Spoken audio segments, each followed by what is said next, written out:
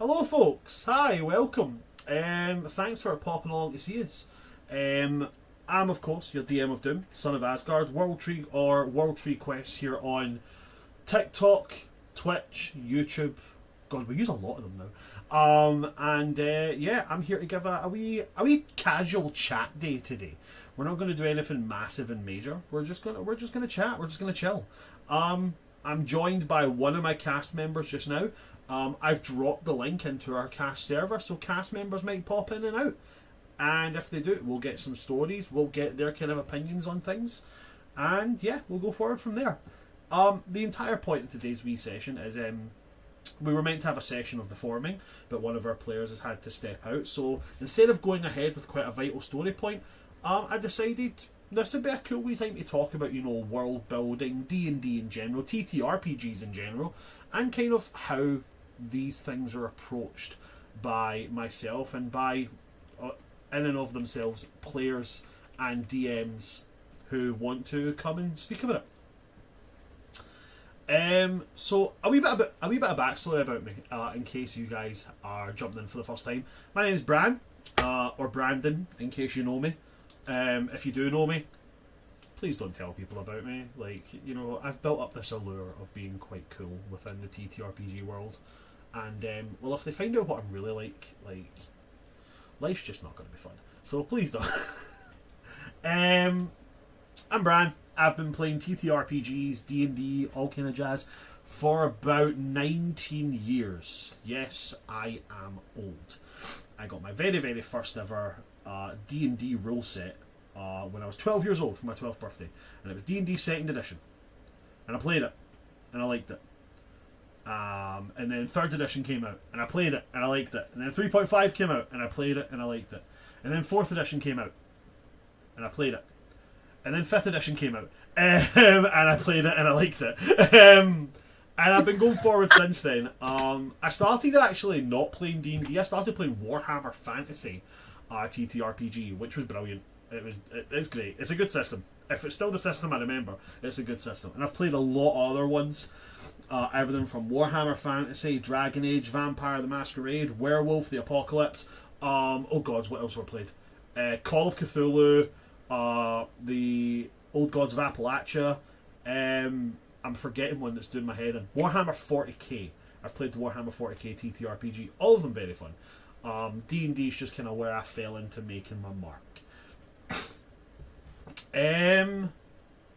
Yeah, and then that brought me to DMing, which I started DMing about 5 years ago. Well, we've got you here. Khadija, when did your kind of TTRPG journey start, and what did you start with? Well, I always had an interest in Dungeons and Dragons, just hearing about it and like just the whole thing with like TTRPGs in general. Mm-hmm. But I was always told like, oh, you're such a, like, you love storytelling, you'd be such a great like dungeon master and stuff like that. But the thing is, I'd never had an opportunity to play in real life. I didn't know as much about the mechanics, and quite frankly, the mechanics intimidated the heck out of me. So I just never got around to learning or having an opportunity to play. But then during COVID, one of my best friends wanted to start a like home game, and he invited me to do it. And it was gonna be like, and it was his first time DMing. It was like a lot of like new beginner players, so we were kind of just like learning together, and it was a lot of fun. But I started really getting more of like the hang of like what D&D, like how the mechanics worked, actually by watching Critical Role. My boyfriend got me into it. And by watching the streams, I started kind of getting more of the hang of like, oh, so that's how you do. Oh, that's how that works. Okay, this doesn't seem too bad, even despite the math. So that got me started. And then I started, and I really loved it. It was so much fun because like world building and characters and all that stuff and fantasy and roleplay, like, and as a theater nerd, all of that was my jam. Sadly, that home game did not last very long for a few reasons, but then I started getting into TTRPG talk, like in D&D TikTok, because like I had nothing to do once I finished my master's degree thesis project, and we were still stuck in COVID. So I got into like those videos from like Quincy and like from like Long Rest Tavern and all that. So yeah. I wanted to do something combined with my love of D&D and fantasy roleplay, as well as something that like was a little more original, less taverny, more like library, and combine that with my love of shoving book recommendations down people's throats. So I got into that community. Which she does to great gusto, by the way. Like, aggressively. I love recommending books to people. It is my crack. But anyways, once I got more into that community, and like a lot of them are TTRPGers, and so we started talking. Like I heard people like talking about like, hey, I'm interested in starting this game. If anyone wants to join, like hit me up. So I joined that, and that's actually how I found out about your games, Brandon. And so like, or like if someone wants to join a one shot, hit me up. And so I started getting more of the hang of those games, and like being this great community, and being with these really awesome people and nerds, and just like. The more I played, the more I got the hang of it, and the less I became intimidated by the mechanics. And even to this day, I'm only just finally getting a hang of it. Yeah. But the love of like that communal storytelling aspect and the leading into the role play, as well as, you know, when I was playing tanks mostly, I made barbarians, utilizing my actual knowledge of martial arts into combat, which was a lot of fun. It just kind of like took a roll from there. I would love more opportunities to play other kind of TTRPGs or like more indie games and stuff like that, especially kind of more like, they're starting to like come out with more like cozy kind of fantasy stuff or like things that are very Studio Ghibli-esque, and I would love the opportunity to play that. And also from like watching Call of Cthulhu and Candela Obscura, I like, it's like, oh, what kind of character would I make for this kind of thing? Like I had the idea of like, whenever in a Candela game, I would create a character who was like a medium, and she used like drawing like hand-drawn sketches and charcoal kind of things to like as like her medium to like predict certain monsters. And it would be like an idea of like what happens when maladaptive escapism as a coping mechanism goes too far, which would be so fun to explore in that kind of world. And it's just like so now I'm trying to look for more opportunities to do that. And yeah, that's kind of just how I got started. It's really funny that you mention about like, you know, like doing martial arts and stuff, because obviously we've talked a couple of things about how like, I've done martial arts before. I was also a competitively ranked swordsman, and going into D&D and having that kind of background, it almost gives you like a kind of like, what exactly am I doing here? It's really fun how it can influence your RP and your character play. I really enjoy it. It's a lot. Call of Cthulhu is a really, really fun game. Like, it's really, really fun. I remember my first time playing Call of Cthulhu, and I just came out of playing like Warhammer 40k. So I'd been playing like a Space Wolf Space Marine who had like a plasma pistol and a chain axe, and I was like, I'm ready to kill everything. And our game master didn't tell me anything and was like, hey, so what are you doing? And I was like, well, I've got a shotgun and there's these cultists and they're talking to like a giant thing with a tentacle for a head. I'm just gonna go and start shooting. And I died like instantly. I went insane. Yeah. And our GM was just like, that's Call of Cthulhu.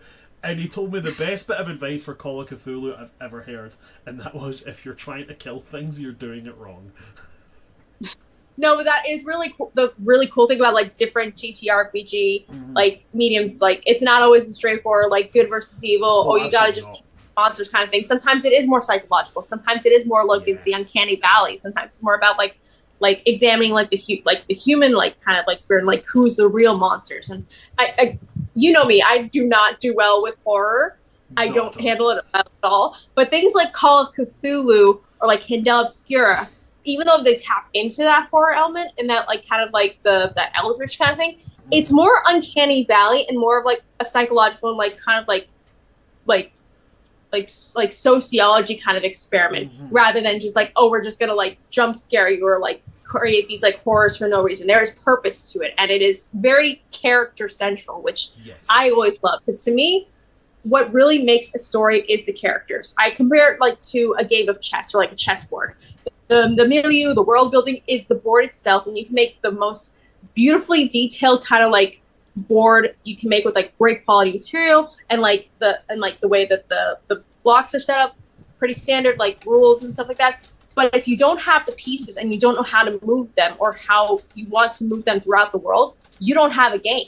To me, the characters are like the pieces of a chess game. You don't have good characters or like where they want to go or how they move throughout the world, you don't have a story.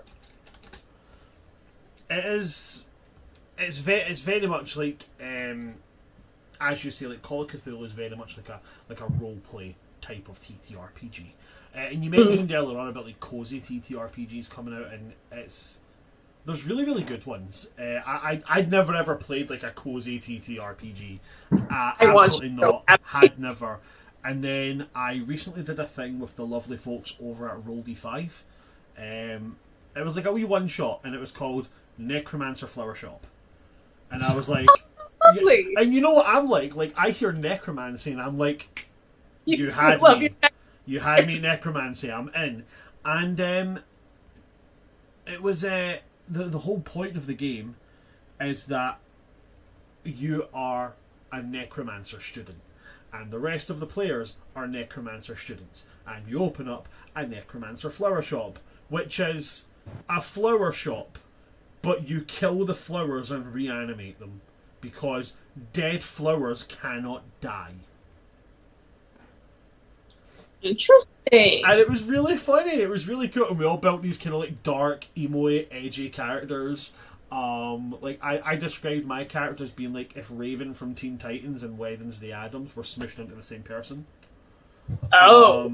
And they were so edgy, and they had like a hat that had like a voodoo card and stuff in it.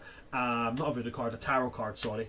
I think I remember seeing the picture you posted on Twitter for that. And cool. it was, oh god, it was so much fun. It was really, really fun. And we built this we built this flower shop together, and we were sitting there like, you know, people were coming in and buying flowers, and we were like, oh, you should definitely buy like this wreath for your door and stuff. And they were trying to sell, and I was selling, like, you know, people would come in and be really mean, and I'd be like, I'll make you one person. I'd be like, baby's breath, belladonna, like, you know, I'm just selling them a wreath that will eventually kill them through contact. It was really, really fun. It was really, really cozy. There was no combat whatsoever. Listen, like, you can still have stakes in a cozy situation. Like, that's like a very life kind of thing. And I think that, like, there's a reason why, especially like nowadays, like the last decade or so, cozy fantasy has become more prevalent in media. Because frankly, with all the bullshit that's going on in the dumpster fire of our world, that's the kind of like fantasy fulfillment we want and need. I mean, like, I'm just gonna say right now, they've just released that game like Black Myth Wukong or something like that, and people are looking at it going, man, that's some great graphics.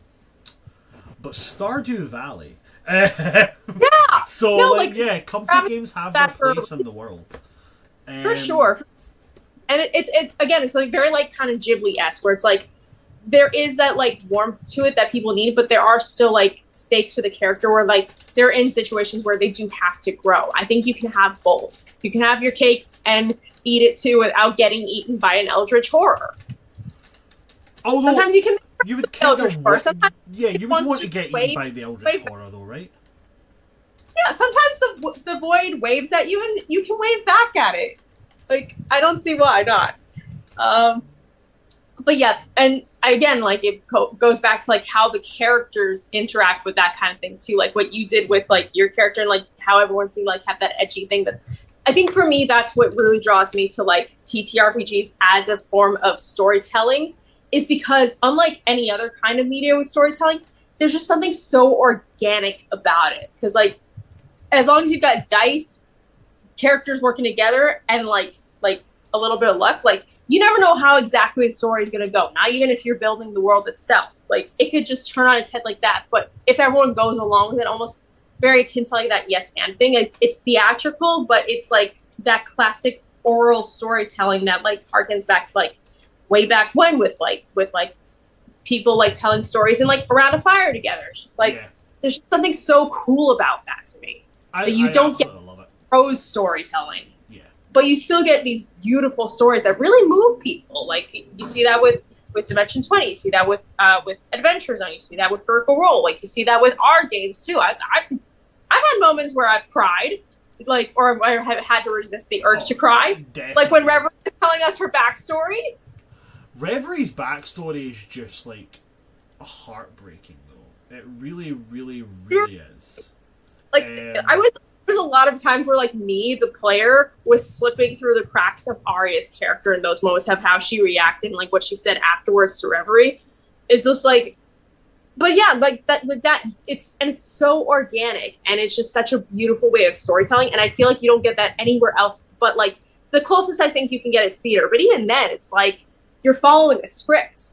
Whereas with TTRPG, the script is being written as it's played. Like, how cool is that? That's one of my favourite things about world building with TTRPGs is, like you said, they're about like how it's like a script, but it's being written by a bunch of people all just as it goes on. And like we've talked about briefly, like that's how I build my worlds. Like, I do what's called skeletal structure world building, and how that basically works for everybody at home is, you'll see a lot of DMs who go into real deep detail about, like, you know, cities and cultures and far-flung legends and such. And I'm not knocking that. If you've got the capability to do that, all power to you. Fantastic, amazing. I know several DMs who do operate like that. But I have ADHD and autism, so when the dopamine starts running, the dopamine gets fueled into what I can do at that point in time. And I do... I get you. I do skeletal structure DMing. So basically, I build the map, I separate all the countries, and then I build my capital cities and maybe a couple like vital landmarks for the story I have planned. And then I go to like my players and I say, okay, so where are you from? And they'll tell me like a place they're from. Like, oh, I want to be from like a place that's really, really cold. And I'm like, okay, are we talking like a bit chilly? Are we talking like Scotland? Or are we talking like the Arctic? And they're like, oh, I want to be from the Arctic. And I'm like, awesome, cool, we have a continent for that. It's a giant block of ice in the north. And then you ask them questions, and then together you build a place. And over the course, I believe that when we were doing it, KDJ, we did it over like 5 questions. 5 questions, we had a city, a culture, their trade, all that kind of jazz based on 5 seconds, based on 5 questions. The reason I like to do it like this is because, one, you get it built, and you get it built in a much more organic way than sitting and mulling over, what did I get? Oh, I need a coastal city, so I'll put one in here, and but what if that blocks it? You know, it takes that away, and you're building it organically, building what's needed for the world rather than overfilling with a bunch of stuff that might not get seen. And the second part is your players, they're engrossed in the world now. They're rooted in it because they've contributed to it. And you will find that 90% of the time, players are happier when they've had a bit of a hand in the world, when they've contributed something to the world.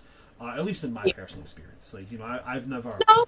I've always as a player, I can confirm that. Like, I know there's been moments in like performing, for example, where like some kind of comment we've said, or like little joke we've made, or like even a serious question we had, like wound up building some things into the lore, and you'd be like, it's canon now, like how like Reverie and Sheila said that, like, after the Basilisk fight, like, oh yeah, no, this is a regular thing. Like, you know, like sometimes college kids, like, they get like they get stoned like during like spring break or whatever, and that became canon, which makes sense, but is also freaking hilarious. And that's why I love doing it, because you do get these little jokes, and then the party's got those jokes that they can always look back on and be like, oh, we made that joke. Like my hunt for potatoes. Yeah, the hunt for sweet potatoes has become quite a thing. At one point, I'm going to make merch that's just Aria merch, and just somewhere, there's just going to be a sweet potato. Yeah, like, it started out partially as a joke, but then for Aria, or at least me playing real serious. Well, partially the way I have it in my mind is because, like, that was something we had with like Tanner / Haval, and then when Hank had to leave, that was like Aria's way of like kind of like keeping him as a part of like the group. Also something that Kieran would love, and like he wasn't traveling with us anymore too. And also, seriously, like, she loves desserts, she loves potatoes. Why not find a way to combine the two? And it's her like idea of like, I love exploring, and I love seeing what kind of new impossible things are in this world. So why not? Why couldn't there? Like, there's basilisks when I didn't know there could be a thing. There's bioluminescent mushrooms when I never knew that existed in the world. Who knows what else is out there? But for me, the player is also my way of kind of keeping Tanner's spirit alive in the game as well. For any of my players watching, I promise you, if you eat the bioluminescent mushroom, you immediately become level 20. I promise you, it definitely happens. You should definitely do it. I promise. Inside check. Well, I'm God, so like. But I'm also a cleric. But yeah, that kind of leads us on to kind of like a good wee part. When I started building Atuma, and this started oh gods. I gotta ask, what's the inspiration for Atuma? Right, so Atuma was about 4 years ago when it started. It started with a one shot. And the one shot was with Alec the Bard, AK Warlock, Dacker 101. Oh god, it was 4 years ago. You're going to have to forgive me. I cannot for the life of me remember the other two people. If you're watching this, I'm very sorry. It was 4 years ago. And I'm kind of still in touch with those three. So, it started with them. And it was like an evil campaign. It started off as like villains, and they did, Oh, the Wayward Path. I remember seeing clips from that. It started off as a one shot, and it started off as them breaking out of prison. And then I was like, ooh, one of these other people in prison has really gave me an idea, and it just kind of spiraled from there. Next thing you know, I've got this world, which is, oh my god, this world has got so much in it that has not been explored, like, remotely. God, the things I could talk about. That does bring me to a question, if you don't mind my asking. By all means, go for it. Ask any question you want. Issue with it as like a writer, where like when I'm building a world, and by the way, we can get inspiration for world building from the crazy stuff, like the novel I'm currently no idea. The novel I'm currently writing right now was first inspired by like a doodle I made during writing workshop class, and it was like, what would happen if a girl ate a flower, and what if the flower was made of fire? And then boom, now I'm making a whole new novel. But like but how do you handle the resisting the urge to just blurt out every cool thing that and little detail and nuance you have built in this world, and not spoil everything or like ruin the pacing of the storytelling as well? Because I have such a hard time like holding it in. It's like, oh, I made this really cool thing, but like I can't really say it yet because like it's not coming plot yet. So I have a superpower when it comes to this. Okay, I have an amazing superpower, and it works all the time. I threaten my players, and I tell them, if you ask me a question, I will tell you the answer. I have had moments like that, yeah. And I did it with one of my players in Fathoms Below. He's my very good friend Kyle. He is my youngest daughter's godfather.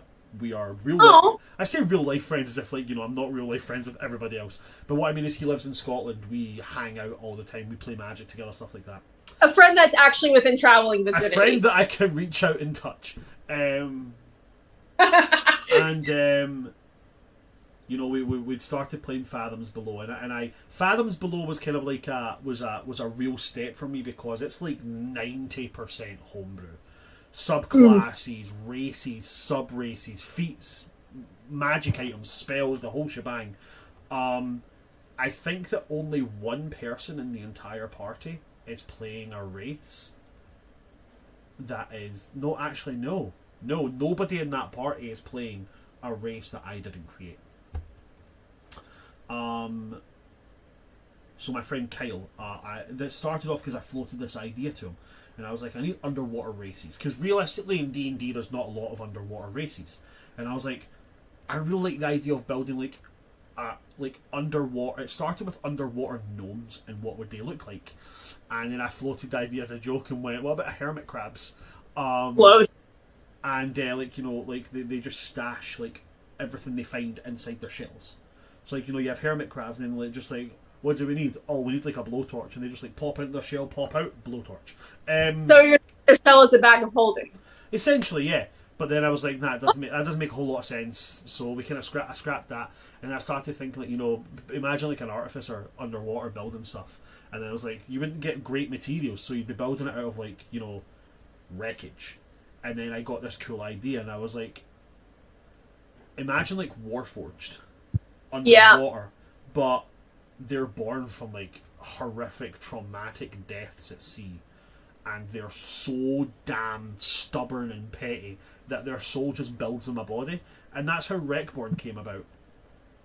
And I'd kind of put into it, I love that there was this image that I had of like the deepest, darkest parts of the ocean, and the party wandering through them, and then just coming across like a horde of Wreckborn, just all of them just lumbering, boom, boom, boom, through the deepest, darkest depths, and with no general purpose. And I got this idea of, like, you know, when they're in this state, their memory eventually begins to, like, deteriorate to the point where they can only remember snippets of who they were. They just eventually become statues. They just Which makes moving. As if they're born from, like, the wreckages of boats, like, over time, just as the material of a road. So there must. Oh, I love that layering of that. And much like on the surface, they have their heroes. Beneath the waves, they have heroes as well. And one of the heroes was a sea elf called Atalan. And Atalan was, like, you know, the last great sea elven king, and he, you know, had a trident and a sword and the gleaming armor and all that jazz. And he went to fight this primordial entity, and that was the last he was ever seen. And I just left it there. Go to the party, and one of the players, Madness Diamond, she creates a character whose name is Luce. Melusine Vestra is the full name, Luce for short. And Luce's parents were, you know, fairly important within their worlds and such. But you know, at one point, her parents always told her, you know, if we tell you to run, run. And you know, one day it came, they told her to run, and she ran. And eventually was found by people who passed her on to people and passed her on, took care of her, all that kind of jazz. And then eventually she met this Wreckborn called Drift. And Drift was already at the state of, like, being mostly, you know, like, no movement. It would be, like, you know, months, like 10, 11 months before he would have any kind of movement. He might talk every month or so. But it would always be the same kind of key phrases. You'd feel, you know, snake eyes in the dark, or have to find it, or lost in the dark. And I put in my head, I'm going to make this Wreckborn someone really important. Someone really, really important. And I looked over this list of NPCs I had, and I was like, God, none of them fit. None of these NPCs fit. They don't. They're important, but why would they be hanging around like this? And then I went, I'm not going to do that. And I went to Hero Forge and I started building the model for Atalan. And then I just looked at him and went, oh my God, Drift is Atalan. And I was like, okay, so one of the things I changed about Drift was that the only thing that Drift had that was kind of, like, really stand out was he had a very obviously elven skull as a head. Everything else was all bric-a-brac and random animal bones and stuff that built his body.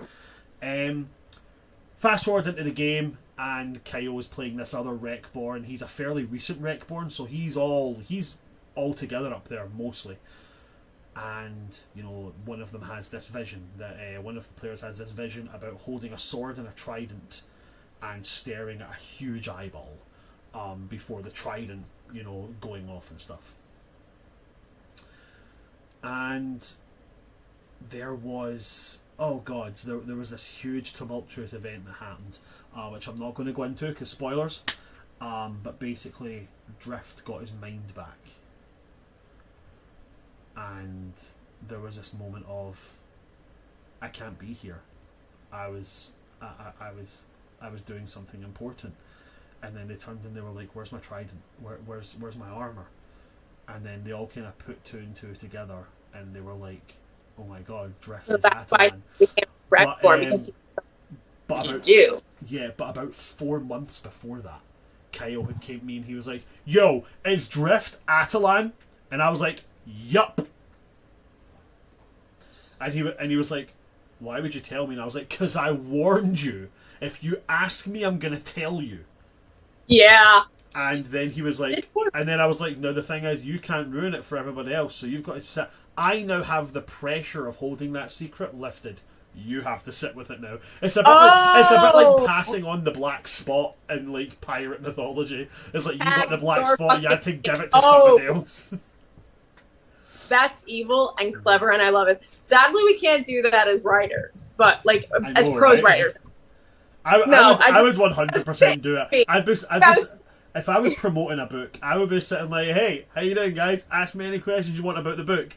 But if you ask me lore questions, I'll spoil it for you right now. And somebody would be like, hey, so this character's my favourite. What have you got planned for them? Oh, they die on page 3. I think that's the only reason I've been able to like resist like the times where I've wanted to know things and you'd be like, I just want to know, this would be a major spoiler. Me as a book reader is like, I have a threshold for what I'm willing to be spoiled on. This is not reaching that. This exceeds that threshold. I will hold up because I have that patience as a reader. Because there have been multiple times, and then the satisfaction. There's been a lot of times where you're like, "Hey, so if this happens, and what about if this happens?" And I'm always just like, "I can tell you." I'm a curious little being, okay? I'm curious. That's another thing about like with the difference between like the like when you're reading like when you're consuming a story with like a book rather than with a TTRPG campaign. Yeah. There's a finite time when you're gonna find out what happens. With TTRPGs, you don't. That takes patience because you don't always get the chance to see it every single week because like people's schedules, conflicts, and stuff like that. So it's like it develops that patience like nothing else. But it is so satisfying when you see the fruition of that. Like I've had a theory that like Maltharion, like the Death Knight we were facing, like spoiler for anyone who hasn't caught up, might be Maltharion. I didn't have the proof yet, but I had a strong headcanon. And then when we finally got that cutscene where you showed it, it's like, I fucking knew it! But it was still sad. It didn't take away from the impact that had for me as, like, the character. But like, it was, like, so fucking satisfying. He's like, I fucking knew it. It was worth the wait to not get spoiled. So, Maltharion and Arteranon and Evanan and Sauron, they're actually retired World of Warcraft characters of mine. And the story how they came about is a really cool one. So I played RP. I played a World of Warcraft RP on Argent Dawn server. I was in this really kind of high up guild called the High Blood Myrmidons. And I played this character called Maltharion Dawnstar. Hey, bro. He was great. He was really, really cool. And, you know, I was playing right, you know, World of Warcraft, all that jazz. And then this new class got brought out in a new expansion called Wrath of the Lich King. Real players know exactly what I'm talking about here. Wrath of the Lich King is the best expansion ever. And they brought out Death Knights. And the whole idea of Death Knights was originally they were paladins who had been slaughtered by the Lich King and brought back to life as a perversion of their faith. And when I was playing Maltharion, he was a paladin. And so I came up with this fun idea. Maltharion's already max level. You had to be max level to build a Death Knight. I deleted Maltharion Dawnstar the Paladin, and then I made a Death Knight. And I was like, this is really fucking cool, I love this, Death Knights are awesome. And then I thought, nah, but I really miss being a Paladin, so I built a new Paladin called Arteranon Dawnstar. And from there it just kind of spiraled into the four brothers. Evanan was a fire mage, and Sauron was a void mage. A void elf shadow priest, sorry. Oh, interesting. Because you don't really have anything that deals with like psionics, and I really like the idea of somebody who messed with people's mind.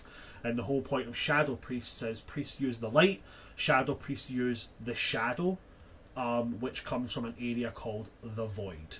And the void is like, you know, where you hear all those whispers at the edge of your mind and stuff. And I was like, I was really interested in building somebody that studied psionics. So Sauron's whole thing was, I don't go into combat. When they bring back people that we want information from, I just get in their head and fuck with them. That's going to be interesting to see in our game then, like, future interactions with Sauron, like... So that's like, the thing, you've not had a lot of... You've not, like, people haven't even asked Sauron what he studies at the university in winter. Well, we haven't had a chance to. Yeah, there's not been a lot of times for like conversation with them. So yeah, I'm really interested for Sauron to develop. But yeah, Ari's had few times where she's tried to reach out to him, but he either didn't answer back or like he was busy. Like she's gonna keep trying, but also like it makes sense because like they didn't really get a chance to develop a relationship really because she was still really young. He was exiled when she was a little kid. Like, so then the RP kind of evolved into being like the Dawnstar family, and they became quite well known in the RP. But then what happened was originally Sauron was a blood elf, like the other elven characters. They were all brothers, and then they fought for a faction called the Horde, and the Horde are one side and the Alliance are the other side. And then the Alliance got a new race called Void Elves, elves who had given over to Shadow in order to better understand it. And I was like, Sauron's a Shadow priest. That kind of makes a lot of sense. And so I did a faction change, and I made him a Void Elf. And eventually I kind of stopped playing World of Warcraft for a while. And then when I was world building for the forming, I was like, I need like families. I need like noble families. And I had this one glaring space for an incredibly high up noble family with a real noble and honourable purpose and intent. Honourable. But they needed to have like a real fucking asshole as the head of the family. And I was like, oh god, that's like at least 6 people I've got to build. And I went, or not. And I logged onto World of Warcraft and I was just like, there they are. And I just took the 4 Dawnstar brothers, put them into the world, and I tweaked parts of them here and there. Like when I RP'd Arteranon, he was not an arrogant asshole. He just had a thing about the undead because of his brother. But obviously, as you know, our Arteranon started off as a bit of an arrogant asshole. And now he's kind of come into his fore as being, the head of the family. A depressed soldier.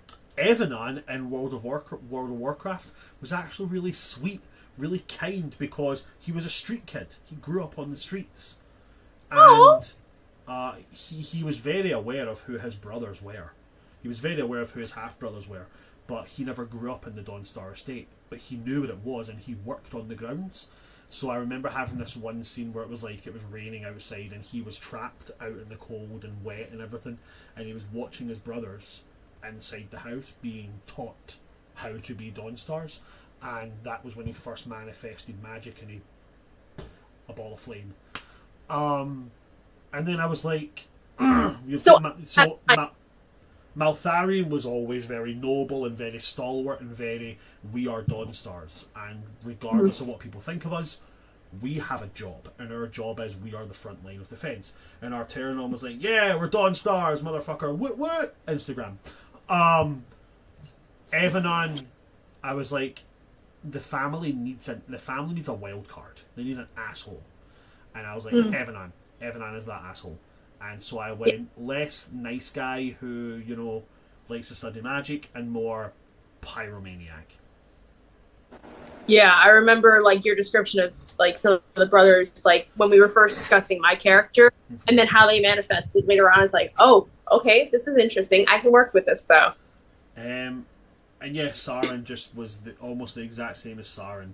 And that's another very, very important part of world building is, take inspiration from where you can get it, because inspiration doesn't always strike. So take it from everywhere. I have unapologetically taken inspiration from like everything, from mythology to religion to books that I like. Darren Shan, I love you. For all kinds of things. We gotta get our inspiration from somewhere. Like as my dad says, these are rare. So like you either work on like getting inspiration from the world around you, or you focus on technique. And it's also really cool that you were able to like, recycle like things from like past stories or like characters that really you enjoyed in the past that just like weren't working for you anymore with a certain story, and you were able to use them again in another. That's really great. Yeah. This is why we don't throw away our notebooks of ideas. Oh, never. Because what in it God. That you can use for another story later on. Like, I mean, you can't see it right now, but you guys see it on my stream. My little cart right here that's just piled with notebooks, and some of these notebooks are brand new, some of them are years old. I've never thrown them away.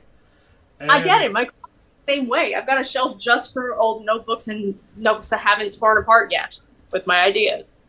Another important thing about world building to keep in mind is that even if you don't ever intend on having it revealed, how it was built, know how it was built. Know how that world came into origin, what your story is for it. I never ever thought I would run a campaign like this before.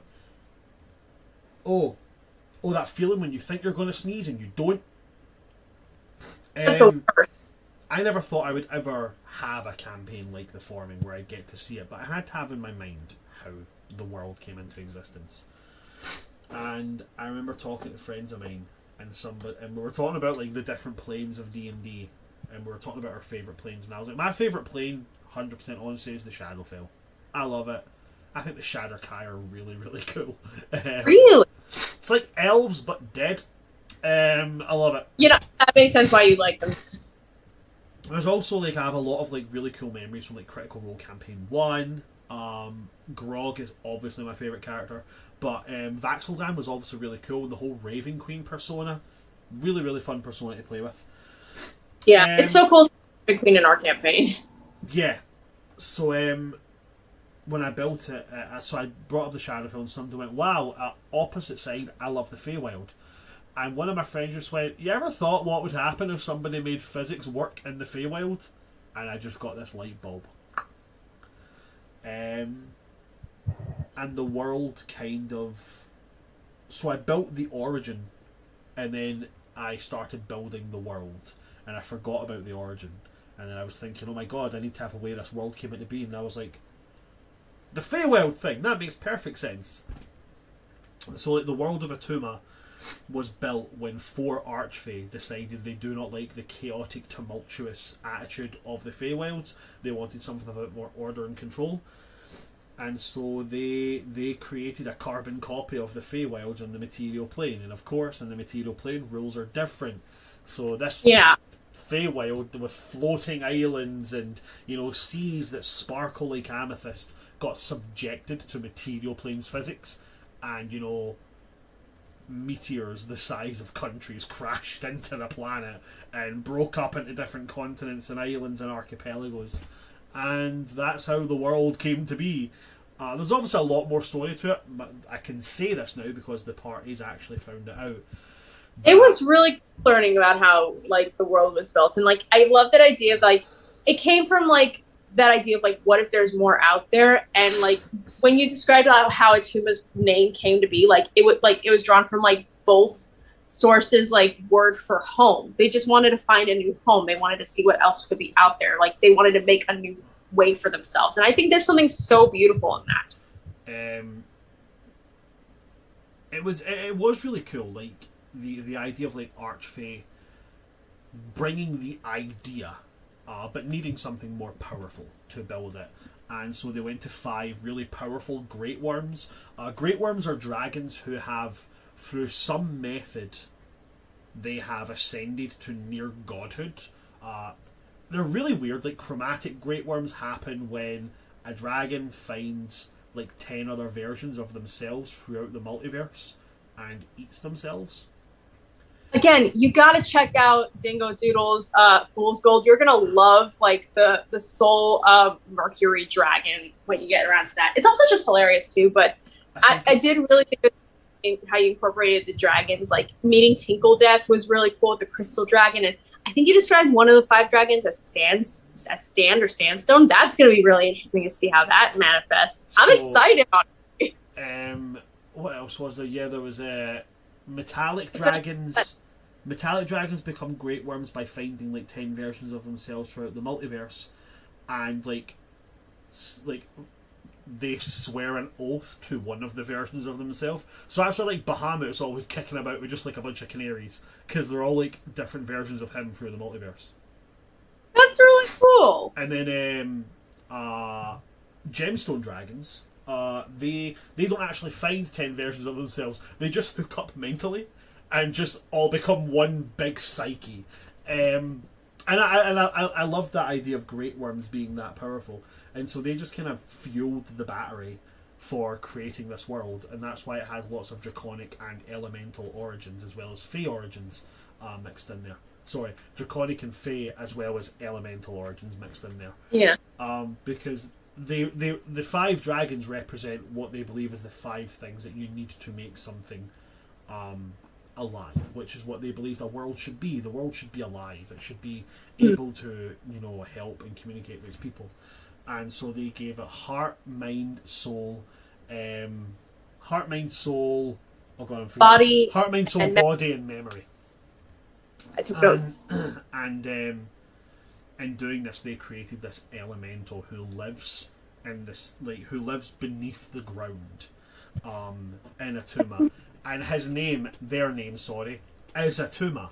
And they're made up of all these different geological substrates. And they're just like a giant person. They're precious. I love them so much. They're like a giant golem made of all different things. And they have this huge, actually creature size, huge diamond heart that it was such a really, really cool story to go into where we've been able to introduce Atuma. So that's kind of how Atuma started. And when Atuma was born, the first people to live in it were Eladrin and Fae. And that's why, the campaign, the forming, is only Eladrin and Fae, or at least it was at the beginning. And all of the different Eladrin types, all of the different seasons are represented in that.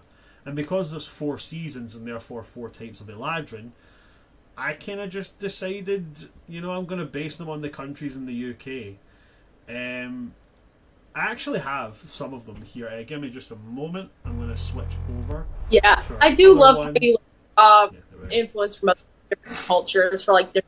It's like you said, the humans now, a lot of them, it's from that kind of Mesopotamian kind of culture with the Yuan-Ti. It's Latino in Central America with Quetzalcoatl. And I'm excited to see what other races kind of what their influences and how they pop up, because we know now that we've interacted with Goliath and Reverie made friends with Ganassi, and we've got the Hobgoblins now. But the party hasn't really had a chance to interact too much with other races. So I'm excited to see how we get the chance to do more of that, especially for my character, loving to learn about other cultures. So I'm excited to see how the rest of that plays out, especially now that you said that influences from the infernal realms and the abyssal realm are starting to come in too. So we haven't had a chance to see how that plays out yet. I'm excited. There's obviously some cultures that are very difficult for me to include because, as you can see, I'm fairly pan-coloured. There are some cultures that I know people who are part of, and I can get information from them. For one of my home games, I have a friend of mine who is from Uruguay, and Michael, if you see this, hello buddy, tell Luis I said hello. Him and his son play at my table. We play Curse of Strahd together. I am currently trying to kill them desperately. That's a joke. I'm not trying to kill them. He's from Uruguay, and he's very, very proud of talking about his ancestry and how he comes from Mesoamericans and such. And he's given me a lot of information. And in fact, I actually kind of took a little bit of that and went a bit more whole hog into it when I was playing Curse of Strahd, because I created other Dread Realms and I based one off of Mesoamerica and kind of combined the ideas of Mesoamerica with dinosaurs. It was really, really cool. But up on the screen just now, you'll see I've got our boy with the big hammer. This is Kikierum. Kikierum is an Autumn Eladrin. The Autumn Eladrin, I looked at kind of the countries in Great Britain and the UK. 4 countries, 4 seasons. I was like, cool, let's do this. Let's build us some freaking Eladrin cultures. And I looked at Autumn Eladrin and I was like, I want them to be the gentlest of gentle giants. I want them to be really big and really brawny, and I was like, but I want them to be so I want everybody to double take every time they hear them. And I actually remember when I was doing this and I was talking to a friend of mine, and this friend of mine, he's from a place in Wales called Barry. Okay, it's an isle. It's the Isle of Barry, but they don't speak like the Isle of Barry. They speak like, oh, I'm from the Isle of Barry. Right, that's where you get Dad's accent from. So So that's where Sheila's dad's accent comes from. He's like a proper, like, I'm from Barry. But then I thought about, like, the idea of, like, so it was actually Kikierum that was the first Otome Eladrin I built. Cool. And he was huge. He was, like, huge and ripped, and he had this huge hammer with a diamond head. I was like, I'm so raw. I really enjoyed him so far. I love the idea of, like, him marching into battle and then being like, I am blah blah blah. Who are you? And he's like, oh, my name's Kikierum, and I'm just here to have a bit of fun, really. And I was just like, I love that. So I made them Welsh. Yeah, I don't know how else to say it. I made them Welsh. They live in a really, really harsh country. It's really difficult to farm and stuff. And one of the rules I have for Eladrin to separate them from elves is that Eladrin, if they were born in the Feywild, they could affect their appearance how they wanted to. I got this idea from Inheritance, the Inheritance saga by Christopher Paolini, where the elves there can use magic to completely change their appearance. There's a guy called Bloodgarm, and Bloodgarm is just, he looks like an elf, but with blue fur. And when he was asked, why would you do it? And he was like, because I just fucking wanted to. Like, I just wanted blue fur one day, and was like, haha, wait. So most Eladrin choose to do this by having horns or some kind of head decoration grow from their head. Some of them do it in very simple ways, like, their nails being made of precious metals, or their teeth being made from gemstones. A lot of Autumn Eladrin choose, like, ram horns because they're multi-purposeful. It makes sense. It does make sense. It makes a lot of sense when you look at, like, their culture and how they look at stuff. Yeah, because I've noticed a lot in the art that you make, or like the minis you make for like the different Eladrin, like the seasonal times. Like you said, with autumn folk ones, they have a ram's horns. I noticed with like some autumn folk, they have like the ones that are more like antlers with the spring ones, they're very animal like with the word from like winter, they're very like crystalline, almost ice like. The ones that are from summer, very gold, very like ostentatious, which makes sense. And like I feel like also is like a little layer of like things that are indicative to like who they are as people and as a culture. And just the devil's in the details. I truly believe that with world building, and I love the little details that you put into your world building with things like that. Hello there, Annie. Nice to meet you. Hello. Come in, enjoy the chat. The next one we've got here is everybody's favourite himbo. Everybody loves him. This is Kernan. I have a better image of Kernan, if you just bear with me just 2 little moments. We're going to pop that there. So Kernan, otherwise known as Kernan Willowwind, otherwise known as, by this party apparently, the future king.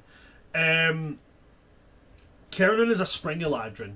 And spring Eladrin have a really cool, like, a really close spot in my heart because my mum's Irish, and a lot of my upbringing was quite Irish Scottish, specifically because I was born in Scotland, and being raised by somebody with that Irish background, you learn a lot about like the different things that kind of crossed over from Ireland to Scotland.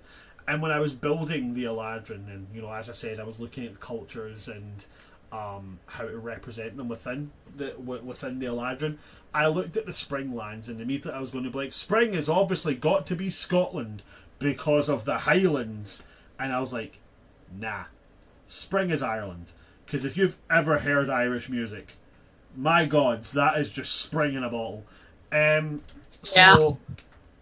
then when it came time to to start doing building the character's voice and such, the Irish accent was just the easiest one from.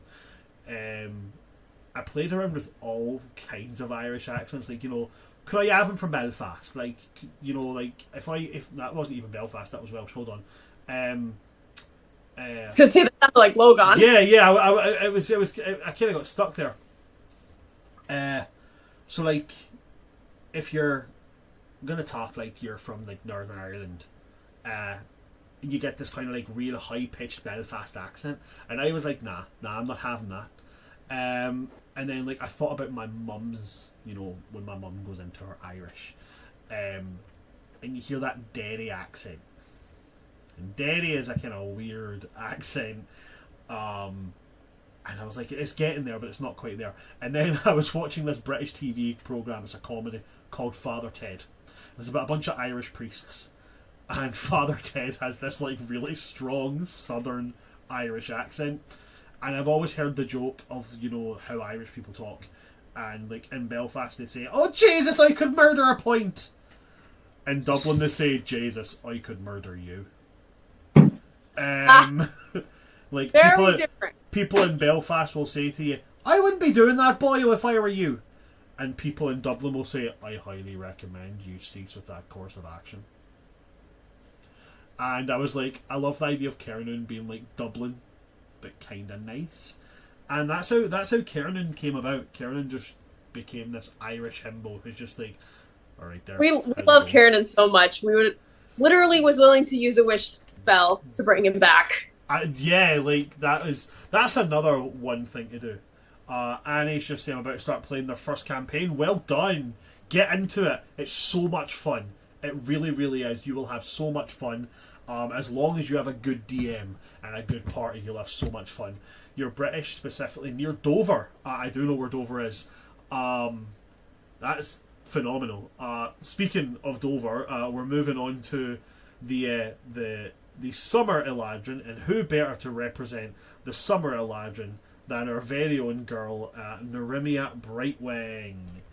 We love Narimia! Badass! The Narimia Brightwing was another kind of like character that I put out there and was like, I know they're like a thing that happens, but because of who I grew up with and because of my wife, it's very hard for me to picture women in fantasy and not picture them as like really strong women.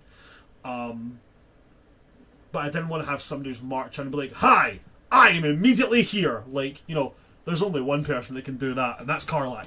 And I write in Karlach. So I built Narimia as this, like, you know, ideal wife. Summer Eladrin I built kind of based on the idea of, like, you know, the typical kind of like snobby English. You know, they look down on everybody else. And, yeah, Summer's. Yeah, Summer's got some issues. But you know, there's good ones. There's good eggs in the mix. Oh no! Narimia being one of them. Narimia was married to this, like, you know, Summer Eladrin noble who was also apparently a great general. And when he had the moral backbone of a wiggly worm. Yeah, when their village, their outpost, was under attack by the undead, who were quite new to this world, he was like, I'm not wasting my soldiers. And our party went into the catacombs to try and find these undead, and they were getting swarmed by them. And next thing you know, round the corner comes this guy, Galaron, just marching in with his soldiers, swinging his sword and carving them down. And it wasn't until after the combat they realised that Galaron was not Galaron. It was his wife, Narimia, wearing his armour, which was another thing of pulling inspiration. She pulled a Patroclus, except in this case, you know, Achilles wasn't, you know, a decent fella. Narimia eventually ended looking up pretty badass. She now kind of looks like this, with this brilliant sword and shield combination. She's become a warrior. Yo! Yes, we haven't really enjoyed, like, Reverie has, so but we haven't really... you briefly met her at the Twilight Ball. Oh yeah, I did. When I accosted my brother trying to find out more stuff. Yes. Listen, I paid for it later. She's gonna apologize to her brother about that and a few other things. But yo, Narimia got a glow up. What a Annie, my partner's DMing, so they're pretty good. Fantastic. That's going to make it a lot of fun for you as well. I DM my wife, and it's a great amount of fun. I'm currently making my character, and I can't actually pick between Artificer and Necromancer Wizard. Necromancer! All the way. Necromancer is my favourite wizard subclass. Do it. To be fair, Artificers are a lot of fun. Artificers are great, but they're not, like, my personal opinion, they're quite clunky for new people. Necromancers do one thing. They walk in, the party leader goes, this bandit killed my brother. Help me avenge him. And the ranger goes, you have my bow. And the warrior goes, you have my sword. The paladin goes, you have my axe. And the necromancer goes, and you have your brother. Yeah. If you're newer, I would go with necromancer. Yeah. Necromancers are just out here trying to raise a family. But yeah, being new to DM, I'm finding the specifics of character creation kind of confusing. It's between motorbike and fucking cool ass undead army. Cool ass undead army all the way. But yeah, character creation can be quite strange because every DM does it their own way. The best thing to do, honestly, is I would recommend, or I would previously have recommended, going on to something like D&D Beyond, where they have like a character builder tool, and the character builder tool actually walks you through how to do everything. Otherwise, just, you know, the way we had to do it back when there was no internet, I say as a 90s boy, crack open that book and just follow it step by step. It can be quite an arduous process for your first time, but if you follow it, you know, just step by step, give yourself the time to do it, and just accept that you're going to make mistakes. Yeah, you'll be absolutely grand, and you'll be having fun in no time. It's a great thing.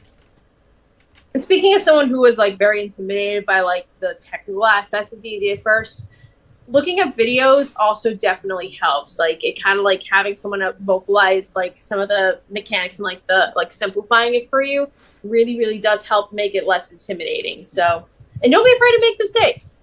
Like I feel like there's very few times where like there are wrong choices in D&D. It's just because keep in mind, it's at the end of the day, it's a storytelling thing and it's all about having fun. Absolutely. The point of D&D is to have fun. That is how you win D&D. You have fun. Yeah. And don't forget, you're going to be with other people too. Like, it is a collaborative thing. Like, so don't be afraid to ask questions. Don't be afraid to, like, you know, like, try and, like, play off of, like, around you. And listen. Be a good listener. And don't be afraid to, like, oh, if I ask questions about this thing, is it going to break the flow of the storytelling? I've done that mistake many times. And in-game, it has, like, kind of come back to bite me in the butt. Don't be afraid to, like, break the wall and ask like, oh, I have this idea, would this be okay to do, or how can I make this better so I don't kind of step on your toes kind of thing. Ask those questions. It will be more beneficial to you in the long run, and it'll help you like kind of get more in touch with your fellow table players, like, and that helps you become a better player too, and it's more fun that way. Yeah. Don't be afraid of Going on to the last ones, the last Eladrin, we have the Winter Eladrin, and the Winter Eladrin, I made them quite isolated, quite stoic, quite serious, and very welcoming if you catch them in the right mentality and the right mood. So obviously there was nothing better to base them on than the Scottish. And this is our very own Kesselise repping the Winter Eladrin. our magic man. Our magic man, we all know and love Kesselise. Or as Reverie would say, my son! Exactly. Reverie would be immediately here like, oh, my boy. If Karanin is the himbo of the party, Kesselise is the soft boy. So Annie says, I'm a filmmaker and a writer by trade, so I'm here for the roleplay. But I know some of my friends there are there for the combat and gameplay, so we'll have to find a middle ground. Definitely. So within D&D, within TTRPGs specifically, you have something called Pillars of Play. And Pillars of Play are things that represent the story. And the typical Pillars of Play that are represented are roleplay, combat, exploration, and oh god, I always get the fourth one. It's like the Seven Dwarves, you know, you always miss one. Comedy? No, exploration and investigation. That's it. And everybody has a favourite. You know, I have friends of mine who are like, I just want combat, just give me combat. Some people are all about the roleplay. I am a ranger main. That's my go-to class. So my favourite pillar of play is exploration. You know, DMs spend a lot of time building these worlds. I want to explore them. I want to see them. I want to learn everything I can about them. So if you're here for the roleplay, then, funnily enough, as you're saying it, a necromancer wizard's quite good, because a lot of the roleplay is about, like, you know, how you utilise your necromantic abilities and raising the dead and such. So if some people are going to be all about combat, that's fine. As a wizard, you're still going to be able to slog in with the rest of them. Just from afar, casting all kinds of spells and making your undead minions fight for you.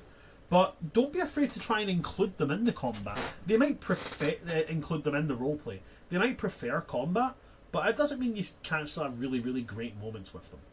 Like, yeah, it's when Kiernan came into the party with the forming, I put him in there originally as just you guys are, you know, three freaking two bards and a sorcerer. Yeah, originally it was gonna be like a mostly bard, because there was one other person that like she had to drop out, unfortunately, before like the game even started. Yeah. But originally it was gonna be 3 bards and a sorcerer. Yeah. And so I put Kiernan in as an NPC straight away, so they would always have a bit of a tank. And he was put in there just to be the guy that gets hit and just to be the guy that does the hitting. And it wasn't until the party started talking to him that I was like, oh, there's a bit more depth here to him. And yeah, don't be afraid to bring them into the role play, because you'll probably find they'll run into it like head first, as they will run into combat head first. Mm-hmm. And you might find that you end up like they might like rub off on you, and you might find that you sometimes enjoy a little bit of like combat as well. Like I'm someone who likes a little bit of everything. I love the role play, I love combat, and I love exploration. And there's nothing wrong with that. And part of it is because I interacted with other players and who lean more towards one or the other. Be open to the experience and just have fun with it. The Eladrin in my world are kind of like the dominant species on the world of Atuma until, you know, something happens roughly 25,000 years down the line. About not 25,000. You're talking about 15,000 years down the line, where, you know, things go to head and a large event happens, and at this point Eladrin are quite few and far between. I say few and far between. There's like maybe a couple of 100,000 of them left, but the world has mostly came up with the children of the Eladrin, children who were born on this world, but with the Eladrin traits, elves.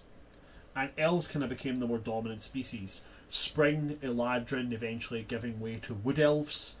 Autumn Eladrin giving way to mountain elves. Winter Eladrin giving way to winter elves. And then Summer Eladrin giving way to high elves. Then you got all the other races that just come into it. And I had a lot of fun with creating my versions of other races. I think one of the best things I've created for this world was stone dwarves. So I'm so freaking happy with them. Stone dwarves are something I invented. Oh god, the idea came to me again when I was reading the Inheritance Cycle. And you know that part where Eragon gets taken underground, and they're going through the old dwarven kingdom, and the dwarven king at that time takes them to the stone trees, and it was the trees that were underground for so long they got petrified and they got calcified over. Yeah. And I remember thinking to myself, I was like, man, that's really, really cool. I always remember the description of that scene and looking at it and going, wow, that's phenomenal. Yeah, it was. And then I get this idea of, imagine if there was a hall filled with stone tablets that had dwarves' entire life stories carved onto them in an incredibly special way.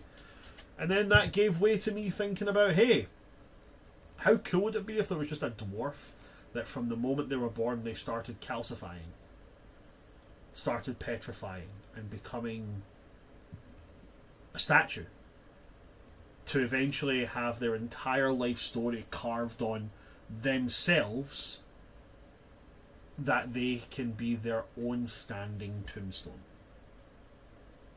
That is so freaking cool and beautiful, and also makes sense because like dwarves, I have always been of the strong belief, are at their core artisans. Yeah, definitely, definitely. And to a certain extent, yes. Yeah, but I think that dwarves are some of the best races to start when it comes to like homebrewing with.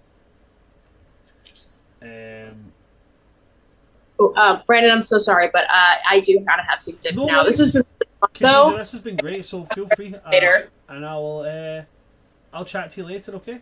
Thanks for joining Yeah, us. yeah, this was awesome. Have a great rest of the night. Got anyone tuning in? Enjoy. Fantastic. See you after, Khadija. Yeah. Annie, specifically drawn to D&D because I'm an early transition trans girl and I can play as a girl and figure myself out for roleplay. I know a lot of people who have done very, very similar things, Annie. I know a lot of people, for myself, I created a character who I created purely to explore the recent diagnosis I just had. I had recently, at the time, I had recently been diagnosed with autism. And I was quite a bit older. Like, you know, I was only diagnosed about 2 years ago. But it was a way for me to explore that. So that's a great thing to do, to explore yourself through that. That's definitely something that, you know, I applaud, is using something that you have fun with as a method of exploration of something that maybe you aren't, you know, fully scoped out on yet. So yeah, 100%. Go ahead, go with that. You do you. You're doing fantastic. That's a fantastic way to utilise D&D. And I think that, you know, anybody utilising D&D like that, that's a good way to utilise D&D personally.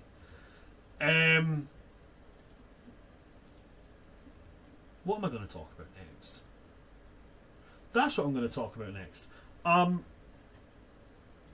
When it comes to, you know, playing D&D, and when it comes to new players like yourself, a lot of them can get bogged down with the whole early start. Like, you know, at very, very early beginnings of the game, you don't really do much as a character. If you're a fighter, you're hitting things. If you're a paladin, you're hitting things. If you're a barbarian, you're getting angry and hitting things, and so on and so forth. So I would always implore DMs to, you know, make it really, really action-packed at the beginning of a campaign. Give your characters, you know, give them the kobolds and the bandits and let them just start fighting and killing stuff straight off the bat, or going on adventures, or solving puzzles, or doing jobs for the village that they're in. Let them do it, because that's going to let them really feel the fun. As you get to higher levels, when you get to like level 3 and level 4, yeah, start pacing it down a bit. Let them kind of fall into the groove of what they're doing. Because now they know their class, they know their subclass, and they'll come into it a lot smoother. I think you'll have a lot of fun with that if you do it like that. But that's just a personal opinion of mine. I would never I would never tell any DM they're doing it wrong. Something I worry about when I'm going to start DMing is that I'm a writer and I am, for example, working on writing an animated show, so I'm worried that I would fall into just writing and not collaborating with my players. So I will always say that if you plot everything that you want to happen in your campaign, and you know from start to finish how everything's going to go, write a book. Don't play D&D. As a DM, what I like to do is I plot out the start of my story, and I plot out major events that I want to happen along the timeline of the story, and then ultimately I have where I want my story to end. Not how it ends, where I want it to end. And then I let the players chart the journey along the way. It's never really failed me. And I've never had players tell me, hey, we're feeling railroaded. And railroading, it can be something that you have to do as a DM, where you have to kind of like, you know, push the party back onto the road. But railroading is generally something you want to avoid as a DM. much like you can see here, guys, Annie's getting involved with the chat. If you guys have any questions, any stories you want to share, please feel free to drop them in chat. I can see there's a few of you here. I would love to hear from all of you. But again, don't feel obligated to. I'm just always up for a chat because I flap my gums a lot. So, yeah. Moving on from that, my world kind of moved on into becoming much bigger when it came into the kind of after the setup period of the world. When you got into like the what I called the Elven Age in my world, where you had like your elves within the central body of the world. Over towards the west, you had like settling races like Goliaths and Orcs and Dragonborns. Into the east, you had, you know, a vast mountain range where all these dwarves lived, and then on the other side of those mountains, you had hobgoblins, bugbears, goblins, yuan ti, as well as other dragonborn and other lizard folk, and, you know, small pockets of humans all over the place. When it got to that, I started having to really start looking at cultures across the world that I wanted to represent. And that's why I started reaching out to other people. I reached out to people from Mesoamerican, from Middle Eastern, from African cultures. Started, you know, hey, what's appropriate to do, what's not appropriate. I'm fairly lucky in the fact that I have family who are Native American. I've also got family who are Polynesian.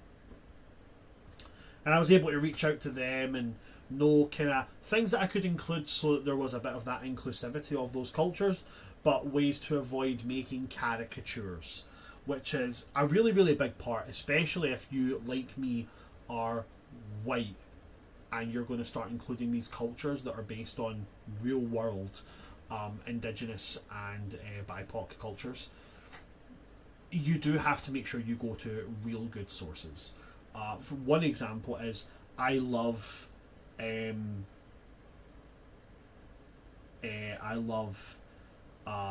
like Haitian Creole and Hoodoo and Voodoo mythology.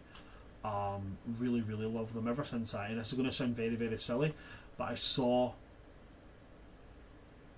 someone playing a game called Smite where you play as gods, and I started playing it. When I started playing it, they just released one of the Hoodoo Pantheon, someone called Baron Samedi. And I didn't know a lot about him, and then I read up on him, and he really sounded really, really cool. And I spoke to a friend of mine about, hey, I've heard you talk about this, I've heard that, you know, your family comes from this kind of culture, and where can I learn more about it? And they said, you can't, it's a closed culture. And you do have to be very, very, very careful to respect those closed cultures. You do have to take that step. Always make sure you're speaking to someone who's a reputable source. I've seen a lot of friends of mine who have just kind of went, hey, I spoke to this person and they said this, so I did it. And then they have people from that part of the world and from that culture telling them that is absolutely not correct. So, taking inspiration from other cultures, but also not making it a carbon copy, not making it a caricature, is quite a fine and difficult line. And if you are going to do that, you're probably going to make mistakes somewhere. But as long as you learn from those mistakes, you'll come out of it. You'll come out the other side feeling pretty good. It's helped my world building immensely to be able to do it. Another thing I like to do when I'm world building, specifically when it comes to, like, you know, smaller places, and I feel like a lot of people don't really think about this, is when it comes to villages, towns, things like that, think about the people. It's very, very difficult. I mean, if any DM out there has built an entire city and knows every NPC by name, I applaud you. I could not do that. But, like, you know, villages, farmsteads, little outposts, having like a roster of the people that are there and kind of just like key traits about them, always a good idea. Always a good idea. Everywhere should have a local tavern. Everywhere should have a tavern. And you will, at some point in your DMing career and world building career, forget to include a tavern and make one up on the spot. It will have a ridiculous name. It's okay. We've all been there. I did it myself very recently in Fathoms Below. I created a tavern, an inn, that was ran by giants, and then my players asked me the dreaded question, what's the name of this place? And I didn't have a name. And I made it up from the first words that came into my head. And now, for the rest of eternity, somewhere in the Grecan ocean of my world, there is a tavern called the Giant's Toe.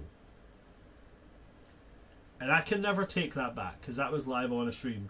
So yeah, always do your research about what your taverns are going to be called, but always do include something like a tavern or an inn, a place where your party can hub, a place where they can mingle, and a place where they can get information.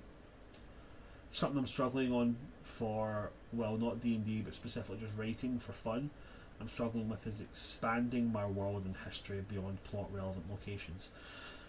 So that's something that, do I have any tips? Of course I have tips on that. I do this. So, across all of the campaigns I've ran, and I'm sitting on about 10 campaigns, probably about 40% of my world has been explored and learned about. And I'm sitting on so many cool things that I haven't been able to show people. I'll give you one. I'll give you one of them. To the west, I have a continent called Greca. Greca has a very Greco-Roman vibe about it. The major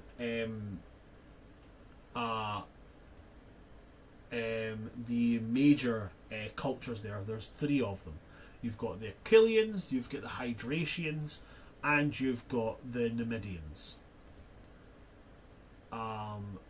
The Numidians are based on like Sparta. They are the warriors of this place.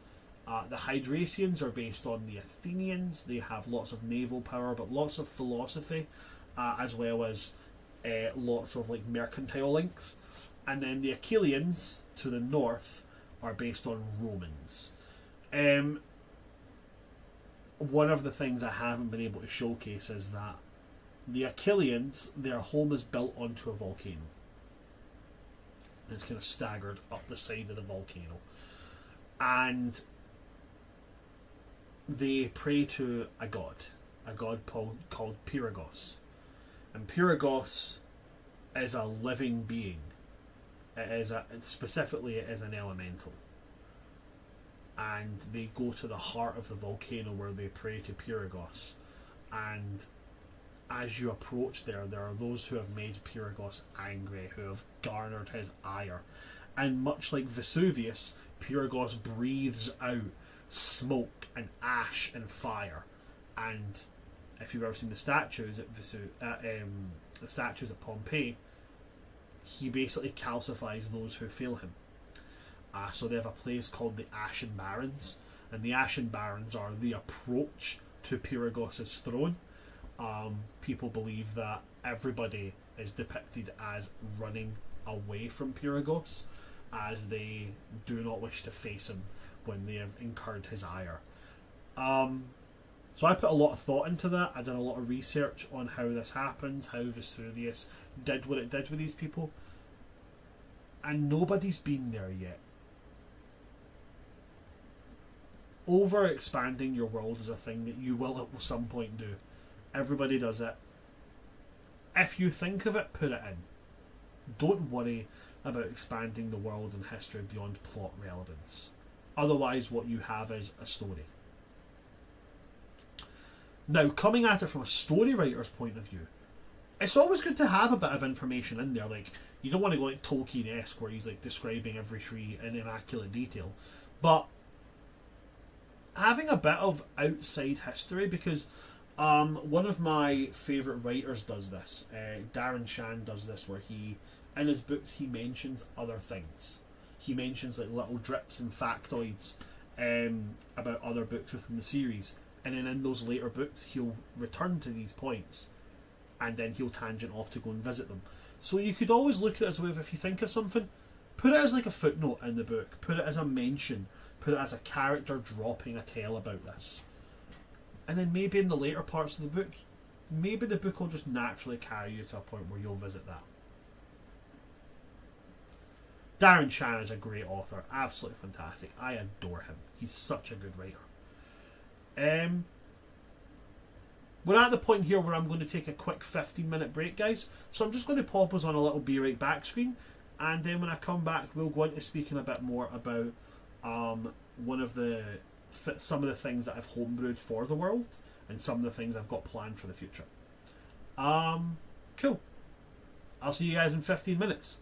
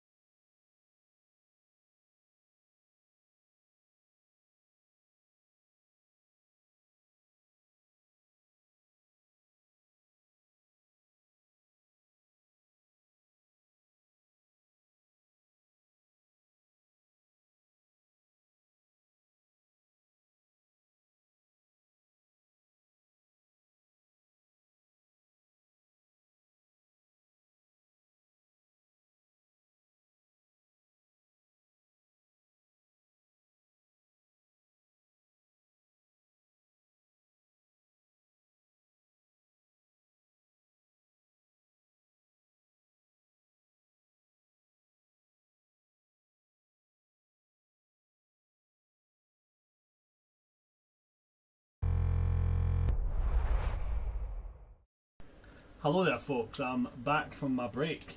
Thank you for your patience, guys. Lovely to see you all here. For those of us who are just joining us, hello, welcome. We are talking world building, my homebrew world, from the streams that I have on all my channels. You can see here. Yeah. So, sorry, my mind just kind of went a wee bit blank there. Right, so we talked about kind of the origin of the world, and we talked about where the world is went right now. One of the things that I want to talk about personally on, my side of things, as somebody that does homebrew quite a lot, is sorry, give me just a moment, just answering a quick message on Discord. Filling the world out, especially when it comes to, like I said, doing like world building and such. When it comes to ways to flesh out the world, to make it a bit bigger, to make it better, there's a couple of people that will tell you that there's golden rules and such, and realistically the only golden rule that I believe in, honestly, wholeheartedly, when it comes to world building, is some people build a world and then shove a story in it. Your world should serve your story. Now, what I mean about that is, if you want to, so say for instance you want to play a Spelljammer campaign and you want to set it in the astral sea and you want to build a bunch of homebrew kind of different worlds that can be visited, well, it doesn't really make sense for you to build it in a scale where people have no idea what spelljamming is. The races are like, oh, this spaceship has landed in front of us, what do we do with it? It doesn't make a whole lot of sense. If you're going to build it where everybody's from a world where, spelljamming is going to be the focus, spelljamming should probably be something the world is rooted in. Travelling into the stars, travelling in space, should be something that the world has active knowledge of and is, built around a little bit. Unless you plan like long-term campaigns where you will go through the process of them learning how to do it, that's a different matter. But when it comes to the world building, for instance, I built a high fantasy world. My world was built to serve that. When I started playing it and I started, running the campaign The Forming, where we seen how the world was created, there was lots of Fey influence. So the world reflected the fact that it was built from the carbon copy of the Feywild. There was points that they recognised, points they didn't. The world should serve it. Now, this isn't like a be-all and end-all, okay? This doesn't mean that, every hill and flower and language has to fulfil some kind of greater purpose. But what it does mean is that if you want to design some kind of religion or some kind of culture for this world, say, for talking sake, and you spend, 4 or 5 pages describing how the cosmos looks and how it's visible from the planet, and all that kind of jazz, those details should probably have something that is pivotal to the campaign. They should probably contribute to it, whether that's to a theme, to a quest, to a player. These points should probably contribute towards them.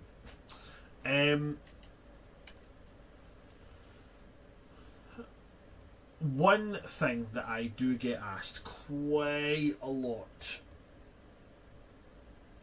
when it comes to world building is, how much work do I put into it? If you're gonna world build, you're gonna world build a lot. There's a lot of time and a lot of effort that goes into it. You will find yourself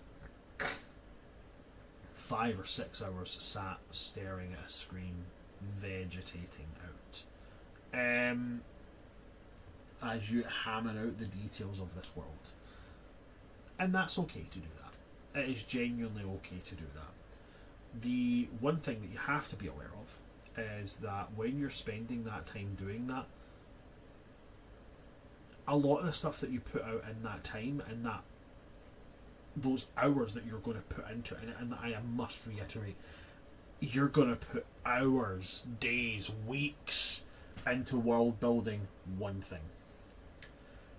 You're going to obsess over it. You're gonna focus right into it, and in the end, you might scrap it. That's just the reality of it. You might scrap it. I don't know how many times I've done it in the middle of sessions where I've went, oh, this is garbage, I'm just going to get rid of it. Allow yourself to do that. Allow yourself the chance to do that.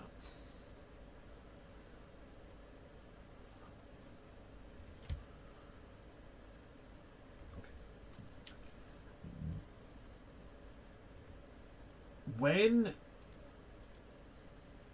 When world building, especially when it comes to making like a villain for your campaign, a villain should be something that opposes your characters, but not just in like a physical sense. Okay, you should build a villain that threatens your players' characters' beliefs, but also challenges them.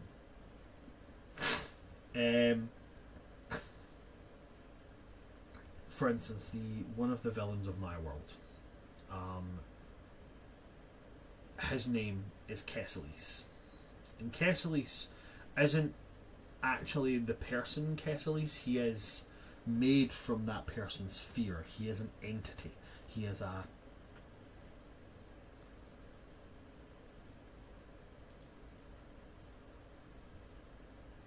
I do apologise. Something has